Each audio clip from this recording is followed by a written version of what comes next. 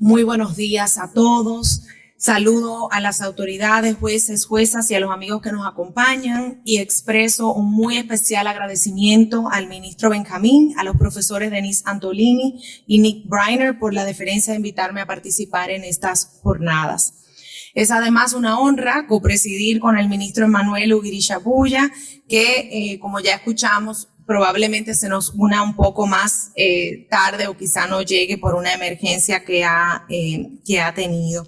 Es muy grato estar acá en Río de Janeiro, reconocida capital ambiental del mundo, y donde poco antes de la pandemia escuchamos las voces de defensores de derechos ambientales y evidenciamos junto al ministro Benjamín y Arnold Kreilhuber el inicio de un diálogo constructivo alrededor del lanzamiento de la política de defensores ambientales del PNUMA. Chico Méndez, José de los Santos, María Socorro, Ramla Khan Maato, Jorge Calderón, Laura Leonor Vázquez, Joao Ferreira, André Gada, Berta Cáceres, Calia Papán, Santiago Maldonado, Caledonia Salazar, Edwin Chota, Andy Yanomami, Lalita, un minero anónimo. Todos ellos tienen en común que son ciudadanos de a pie que por necesidad tuvieron que usar sus voces para defender sus derechos ambientales, los de su comunidad y lo que verdaderamente les importaba: el aire limpio, el agua, su cultura, su territorio. También tienen en común que fueron víctimas de atropello, violencia y ataques a su integridad personal, algunos sacrificando incluso el derecho más sagrado, la vida misma. En el momento de las múltiples crisis que vive la humanidad y en el cual todos, de alguna manera, tenemos que convertirnos en defensores de los derechos ambientales, esta sesión es más relevante que nunca. Ese derecho a responder y proteger lo que nos importa se vuelve indispensable para hacer frente a la crisis ecológica, la del clima, la sanitaria, la humanitaria y hasta la financiera. Cabe entonces propiciar el diálogo y preguntarnos qué hacer y qué pueden hacer las Cortes ante la realidad de que en 2020 se ha documentado el homicidio de 228 defensores de los derechos ambientales, muchos de ellos en las Américas, nuestra región. ¿Y qué pueden hacer las Cortes sabiendo que más de un tercio de los ataques, amenazas y asesinatos se relacionan a la actividad empresarial en la explotación de recursos naturales como los minerales, a represas hidroeléctricas y otras infraestructuras? Ese derecho a responder y proteger lo que nos importa y cuyo ejercicio es fundamental en las sociedades democráticas debe ser respetado y sin duda las Cortes tienen un papel. La Judicatura puede contribuir con medidas de protección que contribuyan al entorno seguro y propicio incluido en el Acuerdo de Escazú, y tenemos ejemplos en el caso de Cagua Fernández contra Honduras sobre esto. Las Cortes pueden dictar medidas preventivas usando facultades cautelares, preservar derechos a las garantías judiciales y a la protección judicial y de una vida libre de violencia, como también lo hizo la Corte Interamericana recientemente en el caso de Vicky Hernández. Las Cortes pueden fomentar la promoción, prevención, protección, el respeto y la reparación por parte de los actores empresariales.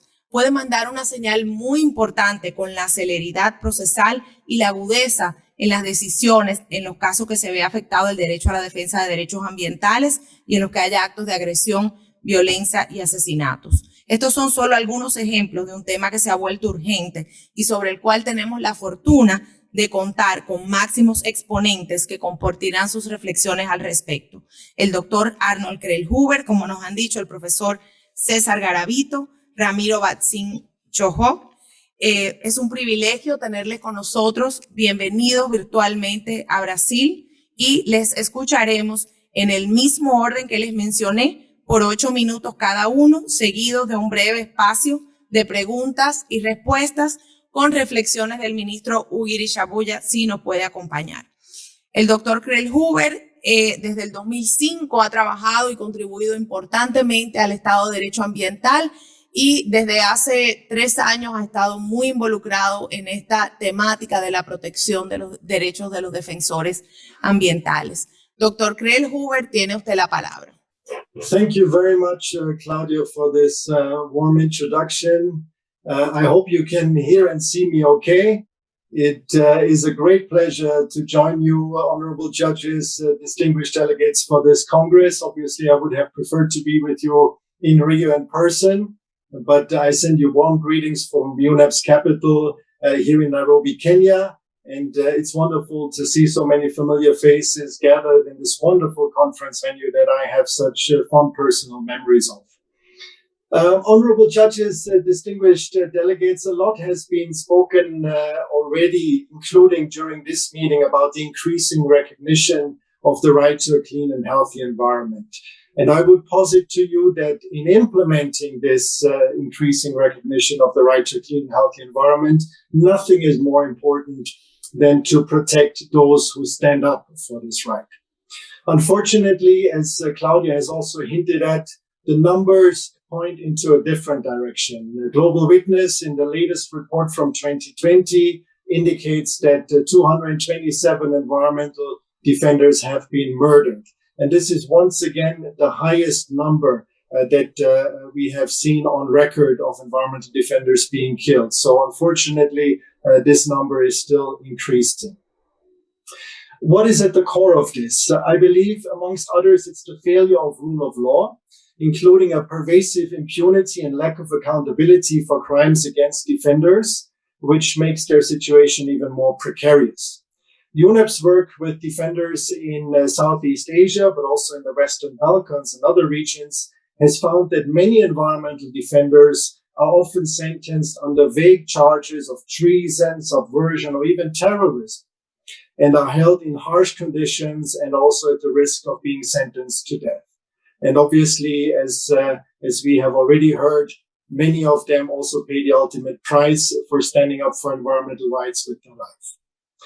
Courts can and must use their judicial authority to hold accountable those who threaten and put the lives of defenders at risk. But how can they do that? Jurists play an essential role in analyzing and contextualizing the emerging influence of environmental human rights. And this corresponds with the worldwide growth in independent judiciaries or courts with jurisdiction to hear constitutional matters and advance new constitutional rights and remedies. Jurisprudence surrounding environmental constitutionalism and matters related to defenders is gaining salience worldwide. Across all regions, courts are vindicating rights in a wide variety of settings, from mining to water and air pollution, and new rights are continually being recognized. Even where constitutions do not specifically set out particular rights, courts have recognized that environmental degradation can constitute a violation of certain rights. For example, the Supreme Court of Pakistan has said the Constitution guarantees dignity of man and also right to life. And if both are read together, questions will arise whether a person can be said to have dignity of man if his right to life is below bare necessity, like without proper food, clothing, shelter, education, healthcare, clean atmosphere, and unpolluted environment. Constitutional environmental cases can also challenge conventional standing practices.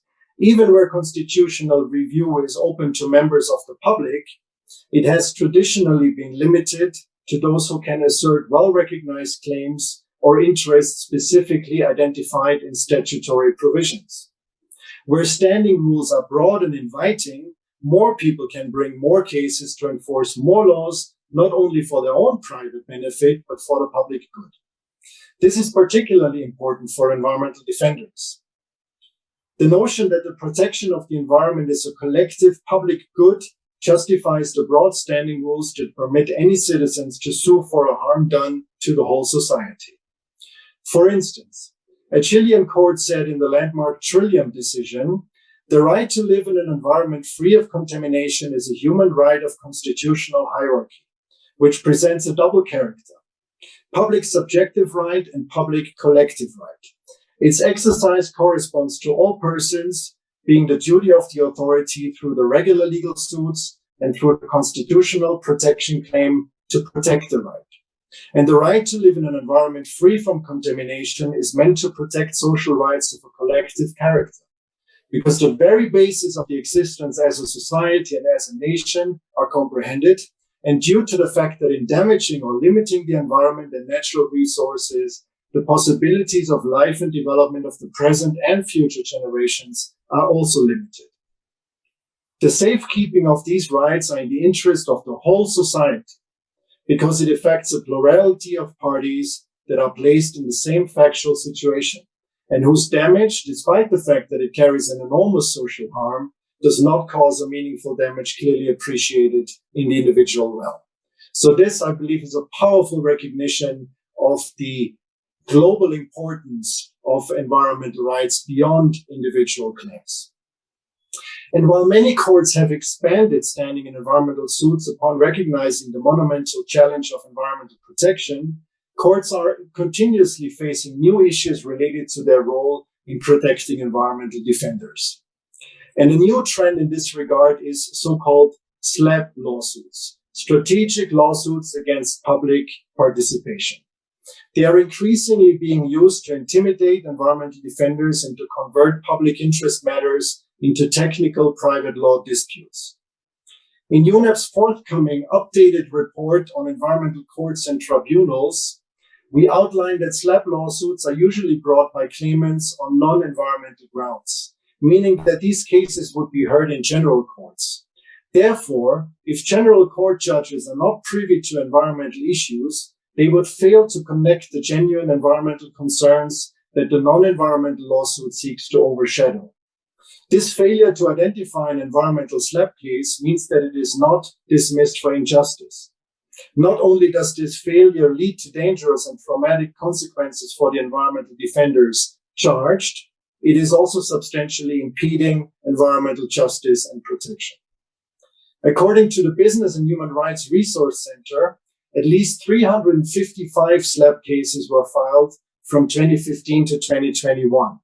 224 of these cases involved criminal charges, most of which were for libel or other defamation charges.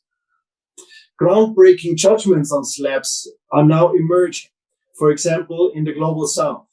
In 2021, in February, a High Court in South Africa decided on its first SLAP suit in the case of Mineral Sands Resources and Another versus Redel and others. Mineral Commodities Limited and Another versus Dlamini and Another, Mineral Commodities Limited and Another versus Clark. The details of the case, just very quickly, are that the plaintiffs sued the defendants for defamation and damages in the sum of approximately $900,000. The defamation claim was based on the allegation that the defendants had published books and participated in various public discussions on forums, such as radio interviews and lectures, wherein they implied that the mining operations were conducted in an unlawful and deceitful manner that had a catastrophic impact on the environment. In reaching its decision, the High Court assessed international and foreign law, given that South African law does not have a specific statute to regulate SLAP suits. The High Court, interestingly, endorsed an approach adopted by the Canadian Supreme Court in 2020, which found that expressions made in connection with any issue of public interest or concern must be accorded strong protection. Thus, courts must only enter SLAP-style lawsuits if the plaintiff complies with the rigorous test in which they have proved that they suffered real harm that outweighs the public interest in the expression of those views. Therefore, the High Court in South Africa accepted the notion of the right to participate in environmental activism and the significance of protecting freedom of expression on matters of public interest. A key takeaway from this decision, I believe, is the High Court's acceptance of the work of environmental defenders of a form of the right to freedom of expression, which complements the environmental right that must be protected to ensure public access to critical information. The adoption of an anti-SLAP legislation is not currently widespread, however. Such laws, together with judiciaries, are crucial, however, in foundational defense against SLAP injustices. Certain countries, such as Indonesia, Thailand, and the Philippines, have implemented statutory provisions against SLAP cases. In practice, however, these articles have had both negative and positive outcomes in matters related to environmental defenders. For example, in Indonesia, the Supreme Court rejected anti-SLAP laws in BSI versus Budi Pego in 2018. The court found that Budi Pego had led a protest against BSI and convicted him on grounds of anti-communism laws for the use of communism symbols painted on the protest banners and publicity materials. Further, the court held that the anti-SLAPP articles in the Indonesian Environmental Protection and Management Law does not extend to protesters who conduct demonstrations in violation of Law Number 9 of 1998 on the freedom of expression, opinion in public, which requires a written notification in advance of conducting such public gatherings and transports. Thus, Budi Pego was sentenced to 10 months in prison. But there is also a very positive outcome with regards to a SLAPP case in the same country. Very recently, in August 2021, a high court in Indonesia acquitted 6 villagers in a dispute against a tapioca factory, ruling that the criminal charges allegedly brought at the behest of a company were frivolous and could not be used to silence criticism of environmental violations. This signifies the first win against SLAPP in Indonesia. Because defenders play an important role in upholding, implementing, and advancing environmental rule of law, their legal rights and lives must be rigorously protected by courts. And how courts will deal with the increasing number of SLAPP cases around the world is something that is, of course, of critical importance in this context. But there are also regional and international developments that can help judges protect. Environmental issues include global challenges with local effects. And as countries try to meet the objectives of many international environmental law instruments and commitments through, amongst others, considering international law or foreign law when interpreting rights relating to the environment or rights of defenders, dealing with SLAPP cases in countries that do not have yet a legal framework specifically against SLAPP cases, referring to these international commitments provides an opportunity for judicial proceedings to consider. Civil society, including environmental defenders, acting solely or collectively, no longer hesitate to ask domestic courts to force governments to adopt policies in line with these international commitments that they have undergone, and in respect of, amongst others, human right to a healthy environment. And it has been mentioned already during this Congress that the letter's recognition has only been proclaimed in regional agreements and the constitutions of over 150 states. But as we have seen at the global and international level, this sentiment is also gaining increasing traction. Not least with the Human Rights Council resolution adopted on 8 October 2021. But legal disputes relating to the application of international agreements and developments may rise related to legal interest in bringing an action, as admissibility of the application, conflicts of jurisdiction, division of powers, considering that many cases tend to put into question national environmental policies. So there are a lot of issues for judges to consider. However, legal cases influence each other, as we have seen already through the examples that I have provided. A sentence held by a domestic court will inspire other judges, at least in this domestic setting. This dynamic will enable domestic judges to get more expertise in cross-border environmental issues. And at the same time, judges should not feel bound by the approach or outcome in a foreign case in matters related to environmental defenders, because the Constitutional Court's obligations is, of course, to interpret and apply its own national constitutions. So this works both ways. Courts may also foster a better diffusion and understanding of all values and principles linked to international environmental law, which in turn has positive outcomes for environmental governance. Courts can also be seen as the primary judicial authority to ensure that states comply with their international environmental commitments. For instance, in deciding matters related to environmental defenders, relevant domestic courts in the Latin American and Caribbean region can refer to the specific provision on the protection of environmental defenders in the Escazú Agreement on access to information, public participation, and justice in environmental matters. And there are other very interesting regional developments that I thought I mentioned to you, but I will do so very quickly in the interest of time. In Europe, the parties to the Aarhus Convention have established very recently a rapid response mechanism to protect environmental defenders, which will take the form of a special rapporteur to be elected in 2022. At the sub-regional level in the Asia-Pacific, the ASEAN Intergovernmental Commission on Human Rights has outlined that it would support a working group on a regional rights-based framework to environmental decision-making. Such agreement could provide coordinated mechanism to, amongst others, strengthen environmental rule of law and provide safe, enabling environment for environmental defenders, including indigenous peoples. Should it be established, this could be another potential mechanism that is relied upon by courts in ASEAN countries when deciding a matter related to environmental defenders. So the issue of protecting environmental defenders, as much as it is also an issue of courts, of course, this is the subject of this session, is also an issue of international policy and lawmaking, as we have seen with the Aarhus Agreement, with the Escazú Agreement, and other regions around the world that are still debating their approach to these important issues. But what is critical, of course, is that we maintain civic engagement in the realization of the provisions of all these regional conventions, as well as the increasing developments that have now been further spurred by this Human Rights Council resolution from just a few weeks ago. Otherwise, the rights and the protection that we talk about will remain theoretical. And that is in light of what environmental defenders face on a daily basis, simply not an acceptable way forward. A quick final word on UNEP. UNEP continues, of course, to work with judges and courts around the world. And of course, we are very happy to see the great progress that has been made with regards to the establishment and operationalization of the Global Judicial Institute on the Environment.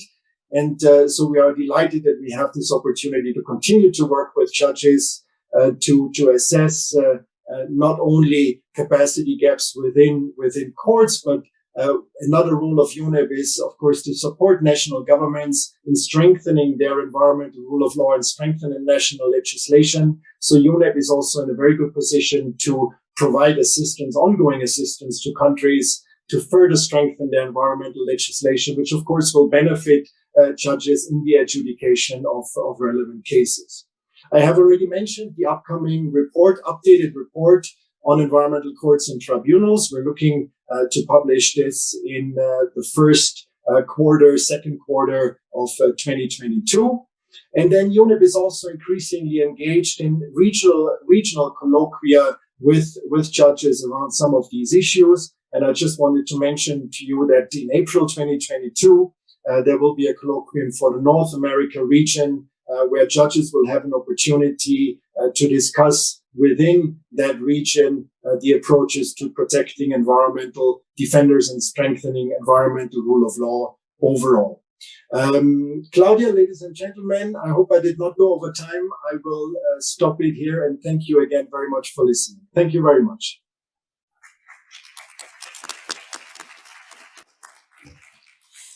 Muchísimas gracias al doctor Krellhuber, como siempre, al punto, conciso y concreto sobre los temas que se le asigna tratar.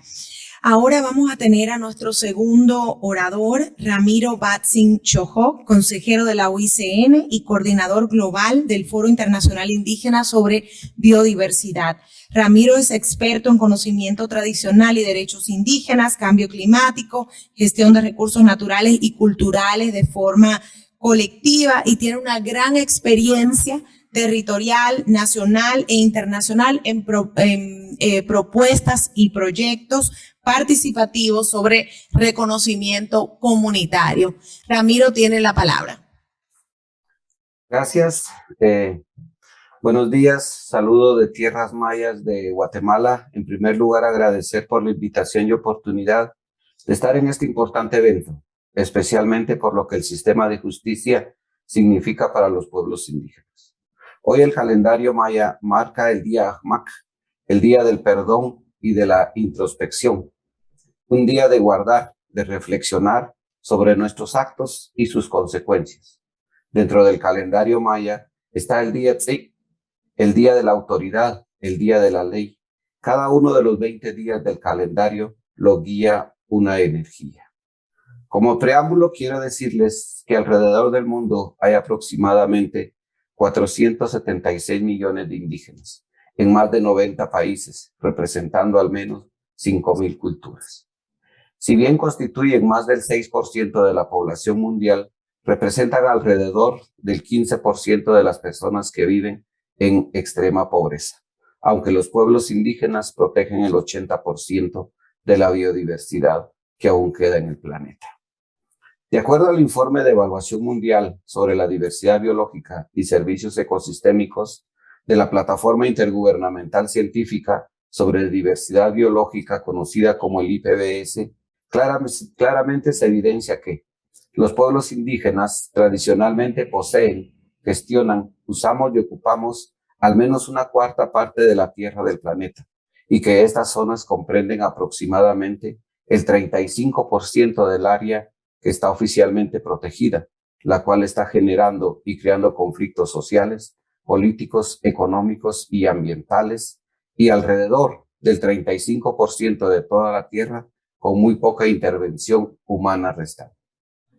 Que cada día la posesión y la amenaza para la sobreexplotación de los recursos naturales y culturales en nuestras tierras y territorios aumenta, incluso poniendo en riesgo nuestras vidas y la vida de nuestros pueblos y aumentando la crisis ambiental mundial. Los pueblos indígenas poseen sus propios sistemas de justicia.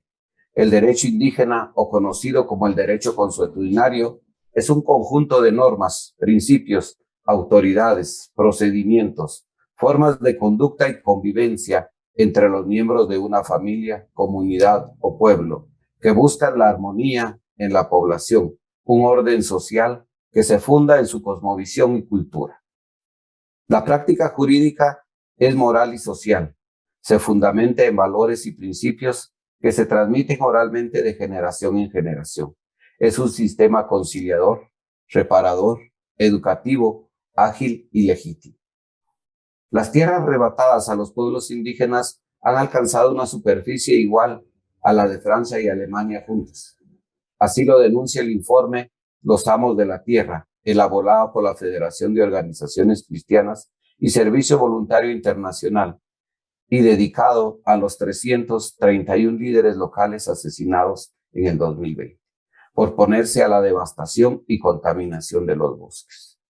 La violación de los derechos indígenas inicia por la expropiación, explotación y negación de los derechos sobre sus tierras, territorios, recursos naturales y culturales, sobre la violación a la libre determinación, consulta y consentimiento libre previo e informado, la falta de reconocimiento de sus sistemas, aportes, conocimientos y prácticas ambientales. Los líderes indígenas afrontan procesos de calumnia, denigración, encarcelamiento injustificado, violación de sus derechos fundamentales. Cada día aumenta el número de asesinatos de defensores del medio ambiente, especialmente miembros de pueblos indígenas, por el uso, manejo y conservación de la madre naturaleza. Los estados están comprometidos con el ambiente, pero no tienen ese enfoque especializado. No se respetan esos principios ambientales que están reconocidos en los instrumentos internacionales y en el derecho ambiental.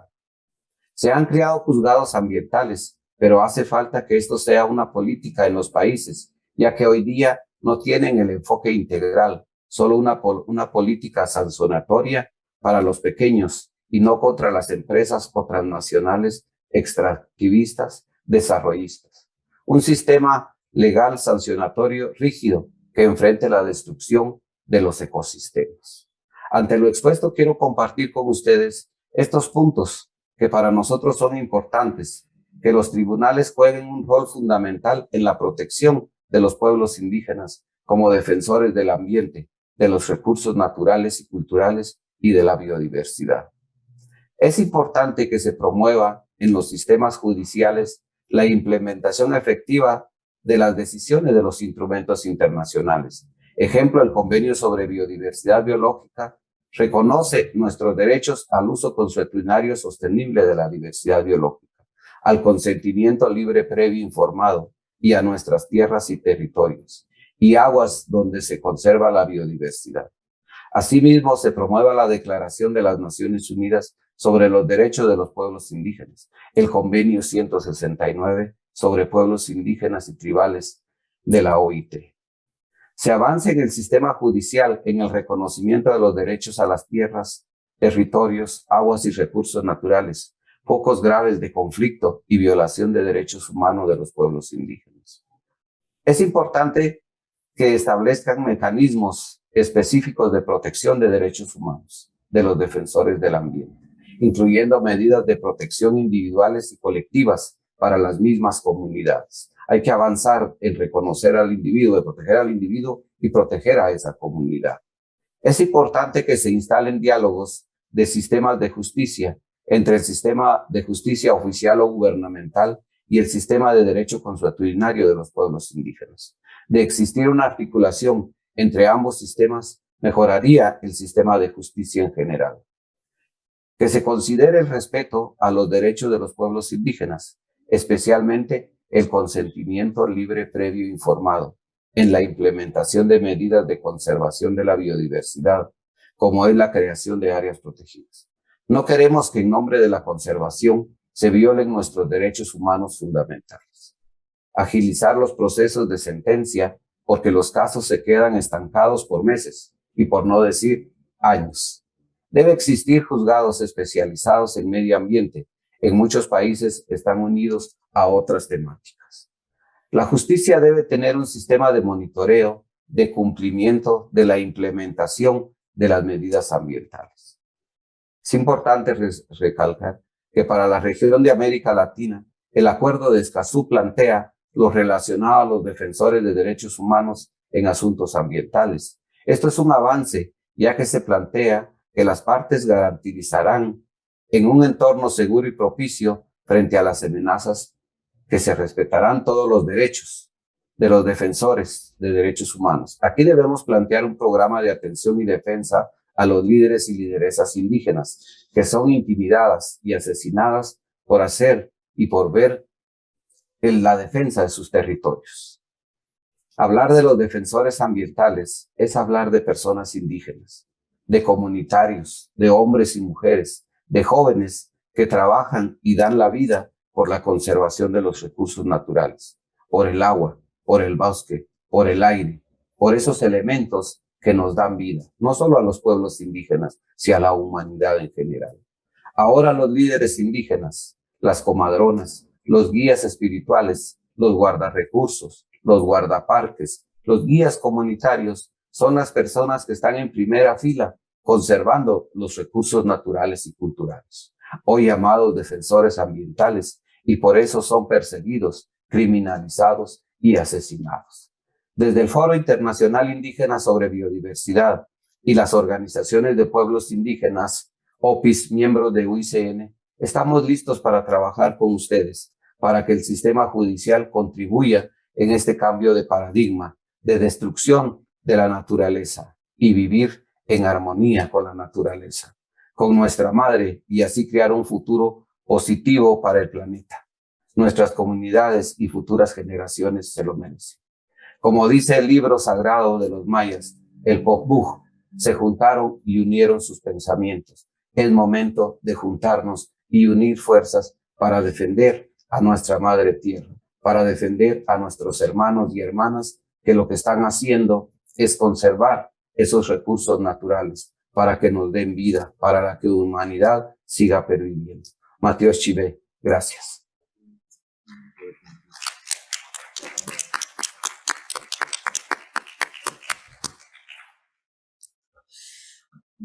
Muchas gracias, Ramiro, por esa interesante presentación que realmente resalta la importancia que tienen los pueblos indígenas en la defensa de los derechos del ambiente y hace un llamado a los jueces en su papel de garantes de esos derechos y de algunos principios que ya están establecidos en el derecho internacional, como es el del consentimiento informado previo, la consulta.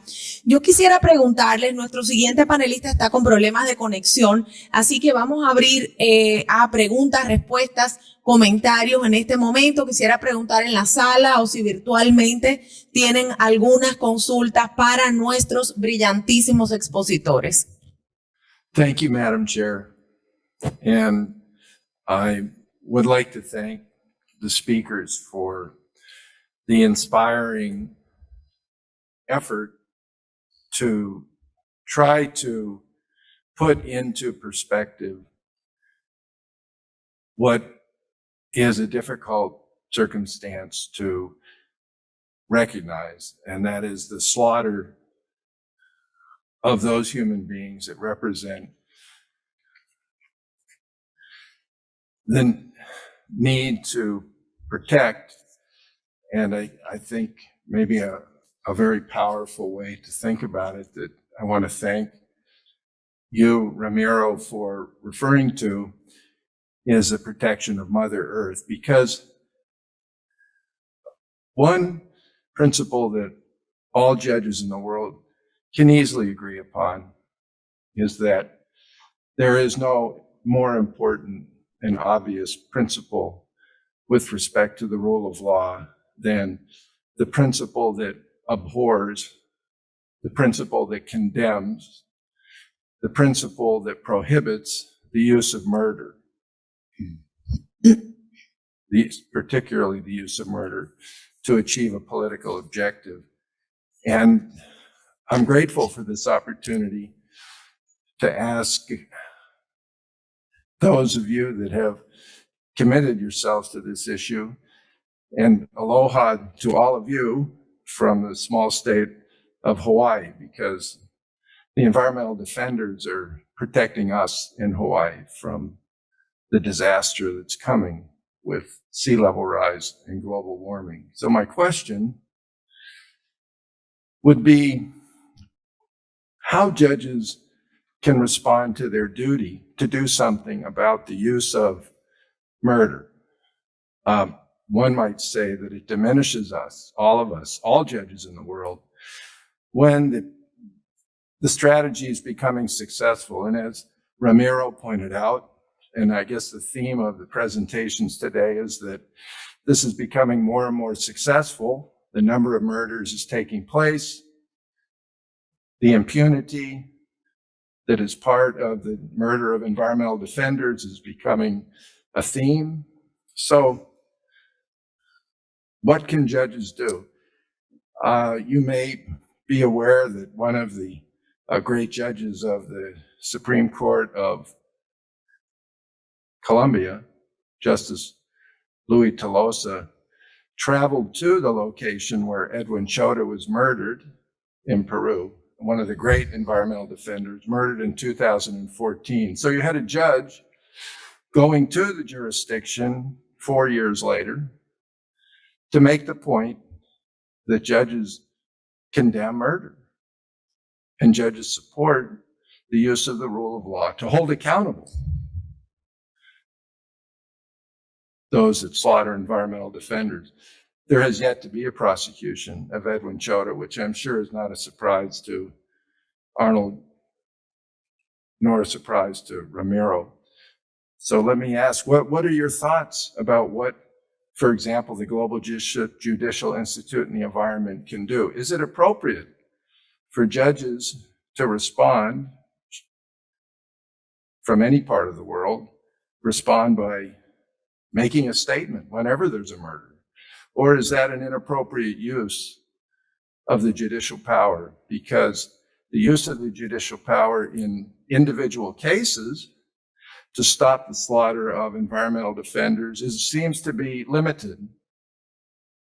Maybe it's becoming more limited. Judges don't seem to move into that very important role of enforcing the law because the cases are not being brought. The cases are theoretical. The use of the legal system to actually get before a judge so the judge can take action seems to be something that is being successfully prevented by those that are using murder as a strategy. So I would ask your response to what do you think judges can do outside of the courtroom, since our role in the courtrooms is being diminished, it would appear, by this successful strategy? Madam Chair, I'd really be interested in your thoughts too, because I know how much you study this, but I thank the participants for their guidance on this issue. Thank you, Justice Wilson. Yo quisiera simplemente agregar a la pregunta que plantea el ministro Wilson a nuestros expositores y pedirles que comenten.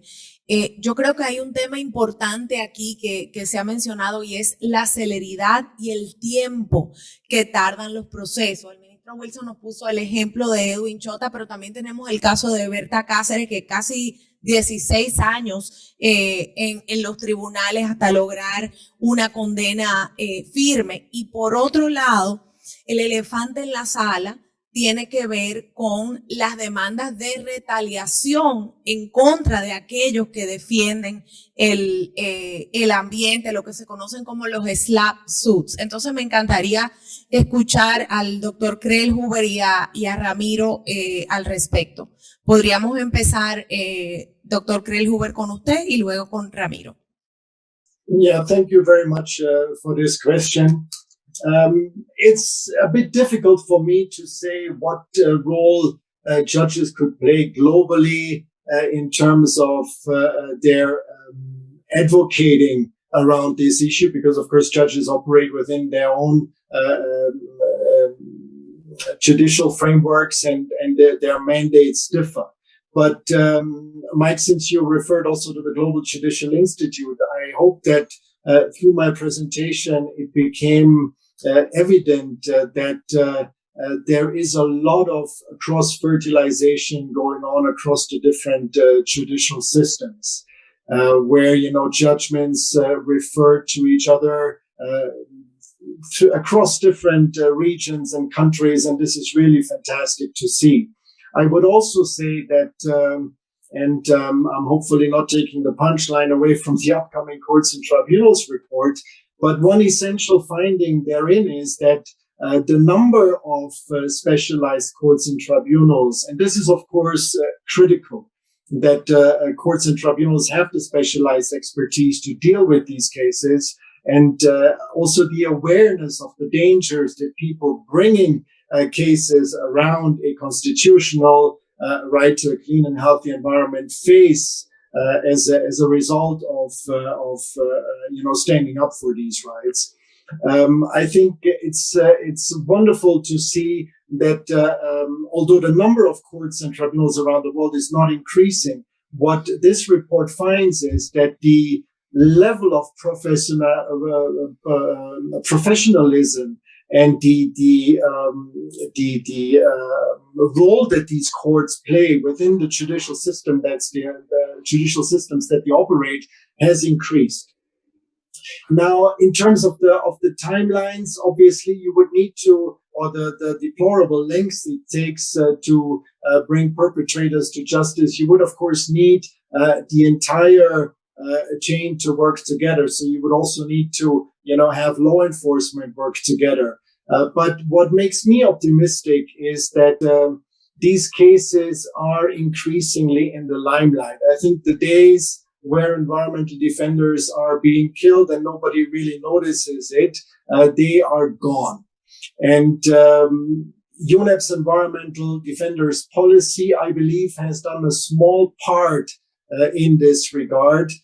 We have spoken out about these cases. Other entities and institutions are looking at this policy and employing a similar approach. And then you have, of course, also the international legal regime, which is trying to catch up with this situation. But of course, Mike, the question of impunity is still a very important one, and I believe this goes a little bit beyond the role that judges can play. Obviously, here law enforcement needs to play a critical role, and in some jurisdictions, perhaps there is a closer relationship between judges and law enforcement. But overall, I would say what's critical is that we keep a very close eye on these SLAPP lawsuits. I've indicated, a very conservative number is 350 over the past 6 years. But, our own sort of research into this field indicates that the number in reality is much, much higher. Why is that? Because, as I have mentioned, often these SLAPP cases are not brought within an environmental context. They are brought in a completely different context. And unless we increase the judicial capacity and education and awareness of judges, across the field, I personally fear that SLAPP cases will be the preferred option to contain those who stand up for environmental rights. And that can, of course, not be in our collective interest because, Mike, as you've said, there is no greater duty, I think, for all of us, whether you're a judge, whether you're a lawyer, you're a law enforcement officer, and you come across such cases that you see that really what's at the core of it is the protection of Mother Earth, as you have rightly put it. And so all parts of the chain need to work in the same direction. But again, I think in terms of the Global Judicial Institute on the Environment, this is a fantastic step forward to enable the formulation of approaches by judges to these issues. And they might not be, or one approach might not be applicable across the board. But as I have illustrated through the few cases that I've mentioned, there are examples across the world where judges took inspiration from other jurisdictions, and hopefully this can increase further going forward. And so that's why I remain optimistic that we can improve the situation for environmental defenders around the world if we keep working at it and if we keep working at it together. Thank you. Muchas gracias, doctor Grellhuber. Ramiro, ¿algún comentario al respecto? En mi opinión, los tribunales y las instancias tienen competencia y jurisdicción, no solo en la protección del medio ambiente, de los recursos naturales, sino de los defensores y de los guardianes de la madre tierra y el medio ambiente. Dígase las organizaciones protectoras y defensoras, así como las comunidades y los pueblos indígenas, quienes históricamente y ancestralmente han cuidado la tierra, la biodiversidad, los bosques que contribuyen al medio ambiente. Es importante traer aquí palabras claves, ¿sí? Para que los jueces, para que los tribunales puedan tener, digamos, un accionar en bien de los recursos naturales, deben de estar esos elementos de transparencia, esos elementos de independencia, esos elementos de lucha contra la corrupción. Esas palabras, digamos, están afectando los sistemas a nivel global. Y por qué no decirlo, el sistema de justicia. Si continuamos con un sistema de justicia cooptado, no vamos a poder desarrollar realmente no vamos a poder implementar realmente el beneficio. Ya. Esto es algo complejo, digamos, porque tenemos que cambiar un modelo de desarrollo. ¿Sí? El modelo de desarrollo que estamos implementando está matando a la madre naturaleza y al ser humano. ¿Ya? Entonces tenemos que generar hoy por hoy esas salvaguardas. Ya existen instrumentos internacionales. Tenemos que ver el tema de la jurisprudencia. ¿Sí? Los jueces tienen que basarse, digamos, en ver qué es lo que está pasando realmente. Y yo siempre lo he dicho, los pueblos indígenas no pedimos que estén con nosotros. Los pueblos indígenas estamos pidiendo que se aplique la ley. ¿Sí? Y la ley está costando aplicarla en su justa dimensión. Es importante ver casos, digamos, ya mencionábamos, casos paradigmáticos como el de Berta Cáceres, digamos, donde todos sabíamos que ella estaba trabajando por defender la madre tierra, por defender el agua, y que por eso fue asesinada. Están las pruebas, están todos, pero el sistema se retrasa. Pasan tantos años. Miramos hermanos indígenas, digamos, en Guatemala, como Bernardo, ¿sí? Choc, que está encarcelado, que tiene años de estar ahí. ¿Por qué? Por defender la madre tierra. Vemos casos como del Estor contra la minera hoy por hoy, ¿sí? Vemos esos casos que están estancados. El Estado está protegiendo a la empresa. El Estado está protegiendo intereses económicos y no está protegiendo a las comunidades, no está protegiendo al medio ambiente. Y ahí hay una participación de los tribunales. Es importante, digamos, que los tribunales hoy por hoy y los jueces reflexionen, ¿sí? Y que vean que no es una lucha, digamos, de pueblos indígenas, que no es una lucha de X hermano o hermana en contra del desarrollo. Los pueblos indígenas no estamos en contra del desarrollo. Los pueblos indígenas estamos en contra de que está habiendo una acumulación de capital para intereses que no son necesariamente para nuestros países, son intereses individuales. Entonces, es momento, digamos, de que este Congreso plantee y reflexione sobre las recomendaciones que deben de haber, ¿sí? Donde exista una independencia de poderes, donde los jueces puedan ver realmente qué es lo que está pasando. Y como lo decía, esos elementos de independencia, de transparencia son claves. Y ahí es importante fortalecer las estructuras de los pueblos indígenas, de esa sociedad civil que fiscalice qué está pasando, que exista, digamos, esos tribunales de conciencia, esos tribunales dentro del sistema de justicia, que se aplique también hacia lo interno. Es importante tener sistemas de monitoreo que verifiquen qué es lo que está pasando al interno de los juzgados en el tema ambiental. No podemos continuar, digamos, teniendo juzgados ambientales ligados a otros temas, donde el tema ambiental sigue siendo y sigue postergándose. Nuestros ministerios de ambiente en la mayoría de países son los más pequeños. Los sistemas de justicia están dando sus pasos de instalar, digamos, tribunales ambientales. Son pocos en los países que hay, Costa Rica, Bolivia, vamos, Perú. Sí, no todos los países están ligados. Por ejemplo, Guatemala es ambiente y narcoactividad. Está dando sus pasos ahora por tener los juzgados ambientales. Eso es bueno, porque están específicos. Tienen una especificidad, digamos, de trabajo. Y ahí les va a permitir tener una experiencia, profesionalizarse y tener, digamos, un expertise en el tema ambiental. Gracias. Muchas gracias. Yo creo que los dos han hecho hincapié en una cuestión importante y es que es un problema sistémico y el enfoque tiene que ser sistémico y esa transparencia e independencia que nos menciona Ramiro es lo que va a blindar el proceso. Hoy en día, como ustedes saben, la eficacia de la justicia se mide por la percepción que tiene la gente.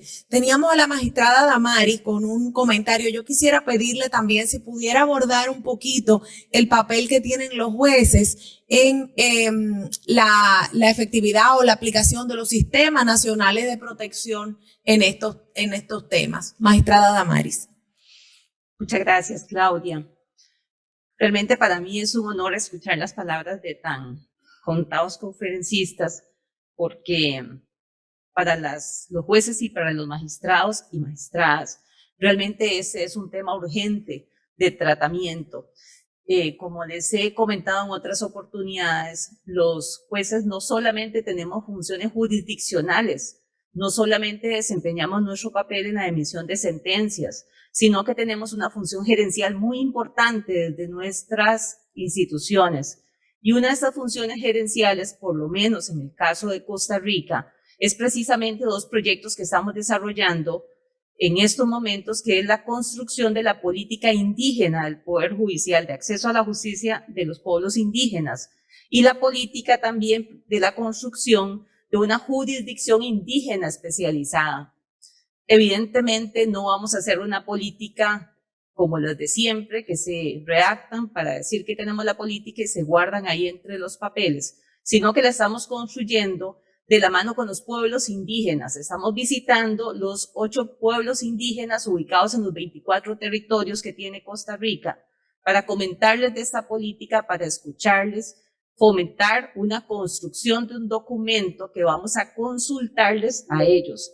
Costa Rica ya tiene un mecanismo de consulta indígena basado en el convenio 169 de la OIT y en los altos estándares internacionales que ha establecido tanto la Comisión como la Corte Interamericana de Derechos Humanos. Esta tarea no es nada fácil, y es bastante impopular. No es, lamentablemente, la mayoría de las personas que están comprometidas con este tema, pero sí existe un alto compromiso, por lo menos de la gerencia del Poder Judicial de Costa Rica. Así que el apoyo que ustedes nos puedan dar con algunas iniciativas, porque nos parece que estamos innovando, no hemos encontrado políticas de acceso a la justicia a pueblos indígenas en los poderes judiciales que hemos investigado, que nos está apoyando el Alto Comisionado de Naciones Unidas. Y creo que sería un gran apoyo para nosotros el elaborar una declaración desde este espacio de personas juzgadoras ambientalistas. ¿Por qué esto? Porque una política indígena no puede construirse sin considerarse además dos aspectos fundamentales y son la contribución que están dando esta población al tema ambiental en primer lugar y en segundo lugar necesariamente tiene que abordarse el tema de la construcción de políticas vinculadas desde los poderes judiciales, porque no podemos tener incidencia en los estados, ya es una decisión del Poder Ejecutivo, en la construcción de la política de protección de los defensores de los derechos humanos, indígenas y ambientales también. En este proceso estamos avanzando, estamos gateando, como nos dicen las personas indígenas, porque ellos empiezan diciéndonos, ¿qué entienden ustedes por acceso a la justicia? ¿Qué entendemos nosotros? Primero averigüen qué entendemos nosotros para que luego continúen con eso si quieren hacerlo seriamente. Entonces el proceso no es nada sencillo, así que pues les invito a aportarnos ideas en ese sentido para que realmente esta política contribuya y dé un valor agregado al proceso que estamos desarrollando y que podría servir también a otros países que están en procesos similares. Muchas gracias. Muchas gracias, magistrada Damaris. Tenemos tiempo para una o dos intervenciones más. Les pido las mantengamos breve. El magistrado Camacho pide la palabra. Ya, muchas gracias, Claudia y Nick. Yo un poquito traigo la vivencia del Estado boliviano en relación al tema de los indígenas, habida cuenta de que nuestro anterior conferencista, Ramiro, creo, ¿sí? Ramiro,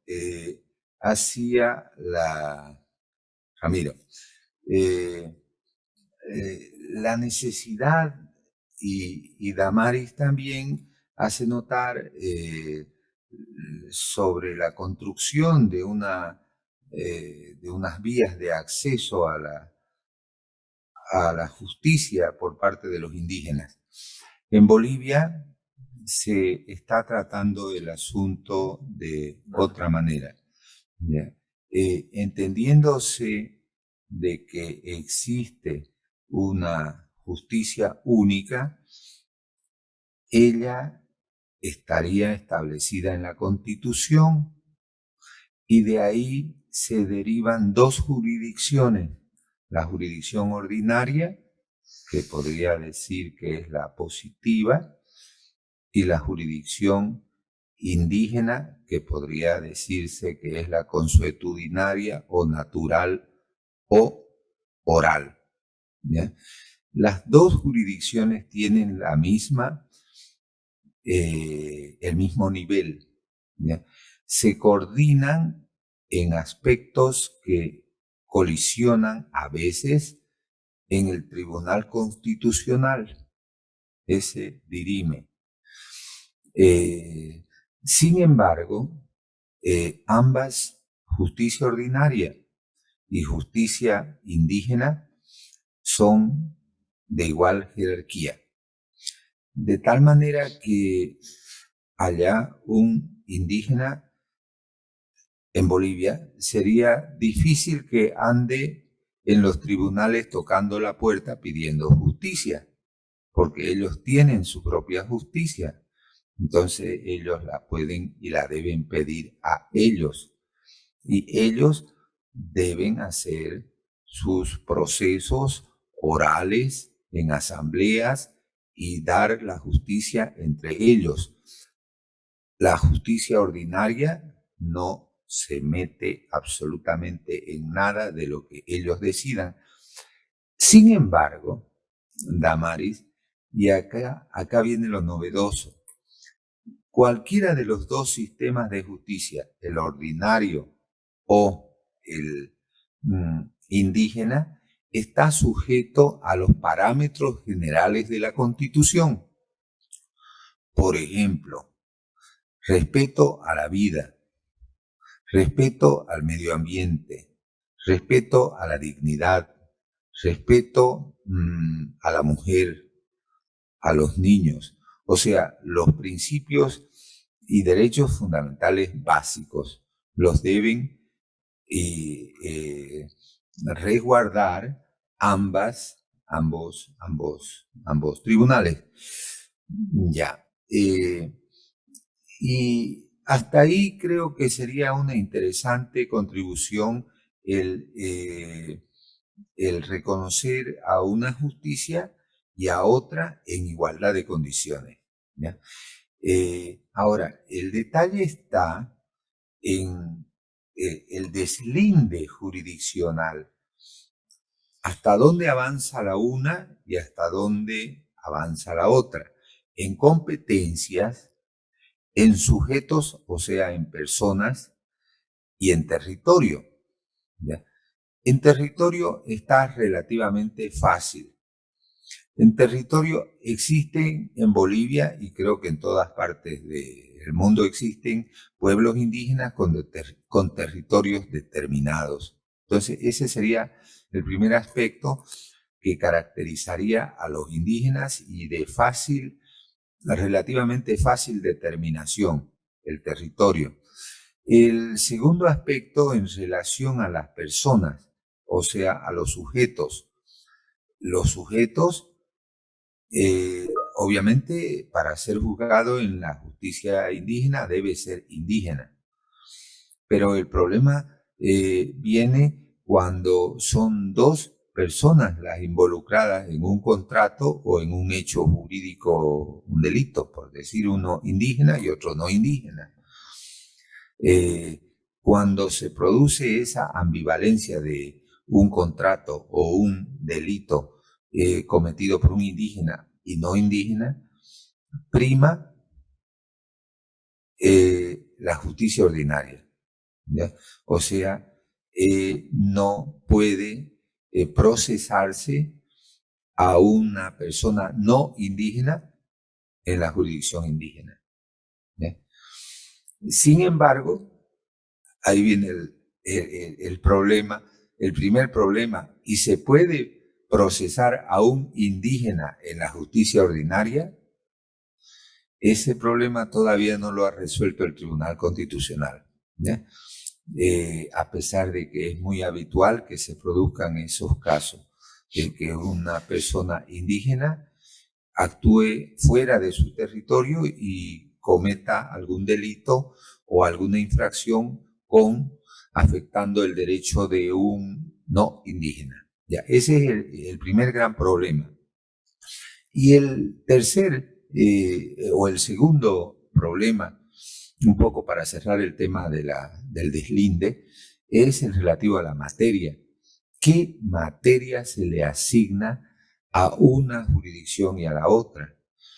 En una norma dictada por el gobierno actual, se establece que la jurisdicción, que la materia, los delitos, las acciones que manejan la justicia indígena están excluidos, obviamente, relaciones internacionales, tributos, defensa, contratos, obligaciones, seguridad social, etcétera, etcétera, etcétera. En realidad, con la única atribución que quedan los indígenas en Bolivia es con la facultad de distribuir tierras entre ellos cuando la tierra ha sido asignada colectivamente a los indígenas. Y las faltas menores, ¿ya? De tal manera que al resolver un contrato, una nulidad, un divorcio, etcétera, no está dentro del ámbito competencial de los indígenas. Un poquito eso yo traigo a colación y creo que puede ser útil, habida cuenta de que llevamos con este sistema de dos jurisdicciones similares ya unos 10 años y se está construyendo con sus avances y sus retrocesos, pero está avanzando. Gracias. Muchísimas gracias, doctor Camacho, por compartir el ejemplo de Bolivia. Yo creo que las diferencias en los sistemas son importantes y tenemos que aprender de ellas y cómo utilizarla para poder garantizar ese acceso a la justicia y que verdaderamente sea efectivo. Yo no sé si tenemos muy poco tiempo, no sé si hay alguna intervención adicional en sala. No veo manos, así que, magistrada Damaris. Magistrada Wendy, perdón. No hay problema con Pueblana.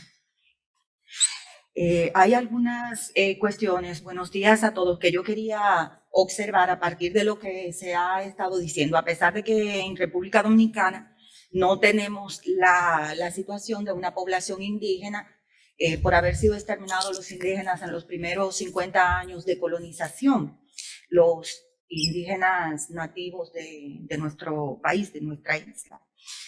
Sin embargo, a mí me parece que es importante que tomemos en consideración, independientemente de cuál sea la situación de nuestros pueblos, que cada vez menos el juez habla a través de sentencia de forma exclusiva y que el juez está obligado a responder a los valores esenciales de la sociedad particular en la que ejerce su rol como juez.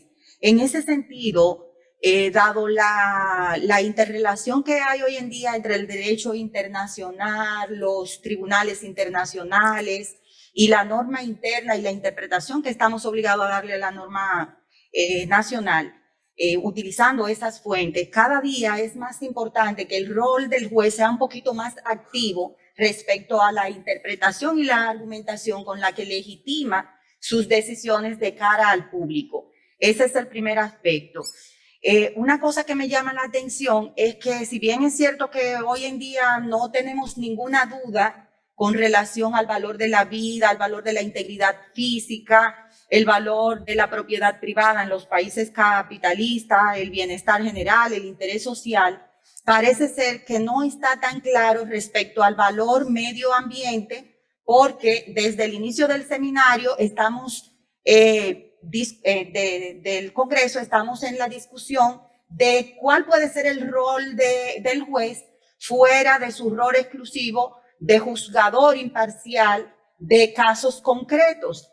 Entonces, a mí me parece que al vernos como entes limitados a ese rol exclusivo y vernos como sustraídos de la sociedad y de la afectación esencial de un problema tan general como el medio ambiente, limitamos también las posibilidades que tenemos de dar soluciones creativas a los casos medioambientales, pero también a nuestra propia participación dentro de esa sociedad en donde constantemente se nos llama a formar comisiones, por ejemplo, para el legislativo y participar en la formación de las leyes, en una sociedad en la que se nos somete a cuestionamiento permanente respecto a los fenómenos que se presentan, fenómenos jurídicos y fenómenos sociales que se presentan en nuestro ambiente y que no es exactamente a través del caso concreto. El juez tiene prohibido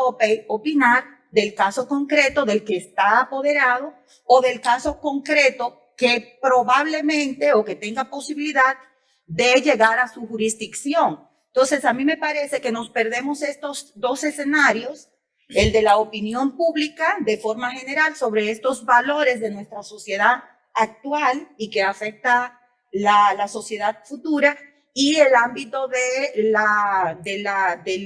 opinión y de consultores expertos en la materia con relación a la formación de las leyes y un tercer espacio que es con el Ejecutivo en la formación de políticas coherentes del judicial, políticas judiciales que deben ser coherentes con las políticas estatales del Ejecutivo. Entonces, a mí me parece que eso es importante que lo tomemos en cuenta y que además en la intervención del judicial, en la ejecución de las decisiones en materia ambiental, también es importante que el juez tenga una participación que haga material el derecho al medio ambiente sano, el derecho de los defensores ambientales, porque no tendría mucho sentido que nuestras sentencias no sean ejecutadas de forma idónea en ese sentido. Y finalmente, porque Claudia me está ya indicando que debo cerrar, me parece que también es importante que en la misma decisión que nosotros dictamos, cuando sea posible en la jurisdicción interna, crear modalidades de cumplimiento y seleccionarla. A eso yo lo llamo blindar la decisión. Es un concepto que es más bien práctico, pero tú como juez puedes diseñar una decisión que quede blindada para evitar que la misma no sea debidamente ejecutada en los términos de protección que pretendemos garantizar con la misma sentencia. Muchísimas gracias, magistrada Wendy, y a todos ustedes por participar en esta sesión. Yo creo que ha sido muy interesante. Sin duda, el juez tiene que adecuarse al clima de los tiempos y reflejar en su trabajo los valores de la sociedad. Yo creo que aquí en este tema hay mucho de lo que dialogar y mucho de lo que trabajar. El Instituto Judicial Mundial del Medio Ambiente aporta un valor importante en estos temas. Sobre todo con la persecución que también sufren los jueces que deciden en estos casos, que fue otro tema que nos quedamos cortos de tiempo. Sin más, agradecer a nuestros panelistas. Verdaderamente ha sido un lujo tenerlos con nosotros, aunque sea virtualmente aquí en Brasil. Arnold, Ramiro, muchísimas gracias, y a todos ustedes. Con eso cerramos con 1 minuto de tiempo nuestro panel.